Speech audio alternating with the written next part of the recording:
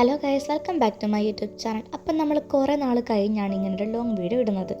കാര്യം ടൈം കിട്ടുന്നില്ല, അത് തന്നെയാണ് കാര്യം.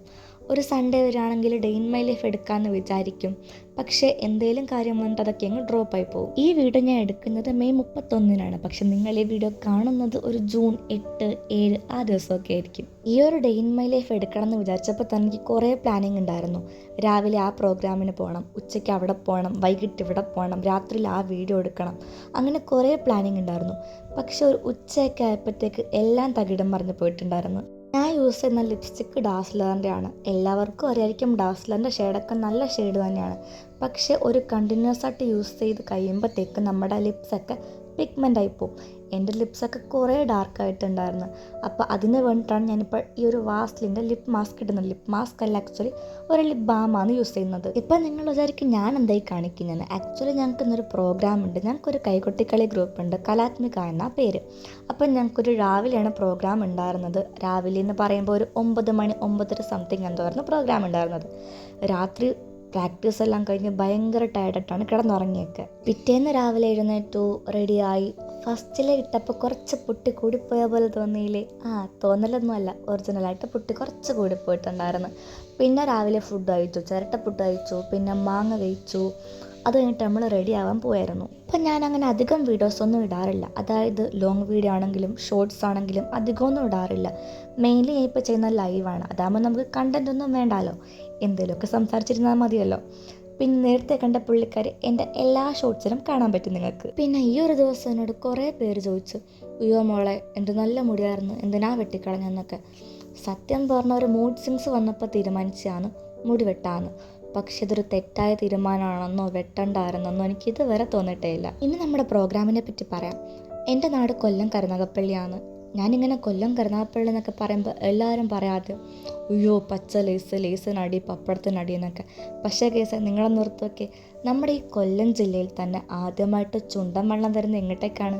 കരുനാഗപ്പള്ളിയിലേക്കാണ്. അപ്പോൾ ആ ഒരു വള്ളം പണിയാൻ വേണ്ടി തടി കൊണ്ടുവരുന്നുണ്ട്. ആ ഒരു തടി കൊണ്ടുവരുന്നതിൻ്റെ ചടങ്ങാണ് ഇവിടെ നടക്കുന്നത്. അപ്പോൾ അതിനു വേണ്ടി നമ്മളെ പ്രോഗ്രാമിന് വിളിച്ചിട്ടുണ്ടായിരുന്നു. നമുക്ക് എല്ലാവർക്കും നല്ല ക്ഷീണമുണ്ടായിരുന്നു. രാത്രി ഫുള്ള് പ്രാക്ടീസായിരുന്നു. അതിന് മുന്നുള്ള ദിവസമാണെങ്കിലും പ്രാക്ടീസായിരുന്നു. രാവിലെ ഉറക്കം പോയി. പക്ഷേ ഈ ഒരു ഡാൻസിൻ്റെ ടൈമൊക്കെ ആകുമ്പോഴത്തേക്ക് നമുക്ക് ക്ഷീണമാണെന്നോ ഉറങ്ങിയില്ലാന്നോ ഒന്നും നമ്മൾ ഓർക്കത്തില്ല. നമ്മളെല്ലാം ഭയങ്കര ഹാപ്പി ആയിട്ടൊക്കെയാണ് കളിക്കുന്നതൊക്കെ. എല്ലാവരും അങ്ങനെ തന്നെ ആയിരിക്കും. ഡാൻസിൻ്റെ കുറച്ച് വീഡിയോ ഞാൻ കൊടുക്കാൻ, നിങ്ങളൊന്ന് കണ്ടു നോക്ക്.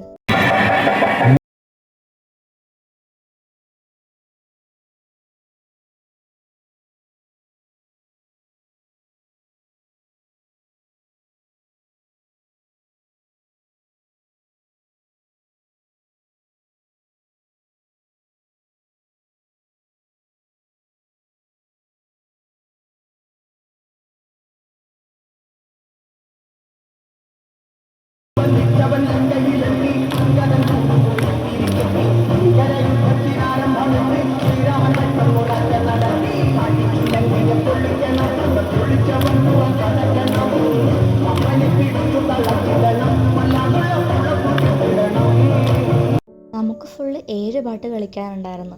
അതെല്ലാം കൂടെ കളിച്ചപ്പോഴത്തേക്ക് നമ്മൾ ആകെ ടയേർഡായി. നമ്മൾ മാത്രമല്ല കളിക്കാനുണ്ടായിരുന്നു, അത് വേറെ ടീമും ഉണ്ടായിരുന്നു.